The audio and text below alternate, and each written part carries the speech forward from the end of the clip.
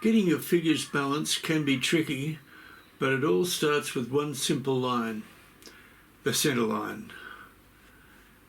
Welcome to Lines and Colours. In today's lesson, we'll focus on balance and proportion, using the center line to keep the figure stable and the head as a unit of measure to get the proportions right. I'll start with a few side poses, bending, lifting and holding, then finish with the front view figure that's taken a little further with tone and shading. Each pose builds on the same principles, balance through the center line and proportion through the head measure system. So let's begin. So the first figure I've got here is a leaning forward or bending from the hips kind of pose, and that's about 5 heads approximately. So you don't concern yourself with pretty drawings at this stage. You be as rough as you like, as long as you get the proportions right. So one of the problems with beginning artists is that they often get the legs too short. Does that happen to you? Well, it used to happen to me too, but once I learned that the crotch is the midway point between the top of the head and the feet, that made a big difference. So I get it right pretty well every time by learning that one simple pose. So a normal figure is about 7.5 heads. Here we've got a front-on pose, and this guy's leaning out. His head is way out from the center line, and you can see the point of the crotch there, just the halfway point. So the leg, his left leg is. Well, this is the right leg. His right leg, it's more relaxed, and this left leg is bearing most of the weight. So it's bearing the weight. So that's why it's close to the center line. The other leg is out from the center line, so it's not bearing the weight. In a normal straight up and down figure, you go from the manubrium, which is the top of the sternum, straight down to the weight-bearing leg. But these poses are more dynamic to demonstrate to you how you can build any figure you like from that simple knowledge of proportion. So I'll let you go now. I'll let you enjoy the video, and please like and subscribe if you like it, and I'll come back at the end to just say some further words. Thank you.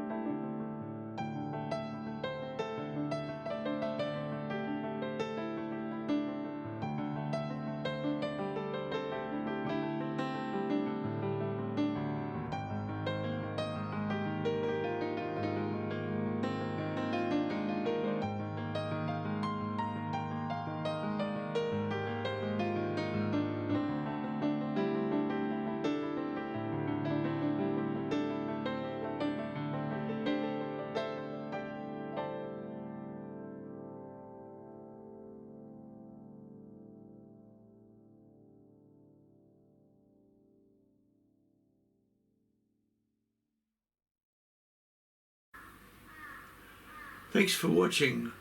I hope this helps you understand how balance and proportion work together to create more dynamic figures. If you found this lesson helpful, please like the video, subscribe and share it with someone learning to draw. Keep practicing and I'll see you in the next lesson. Thank you.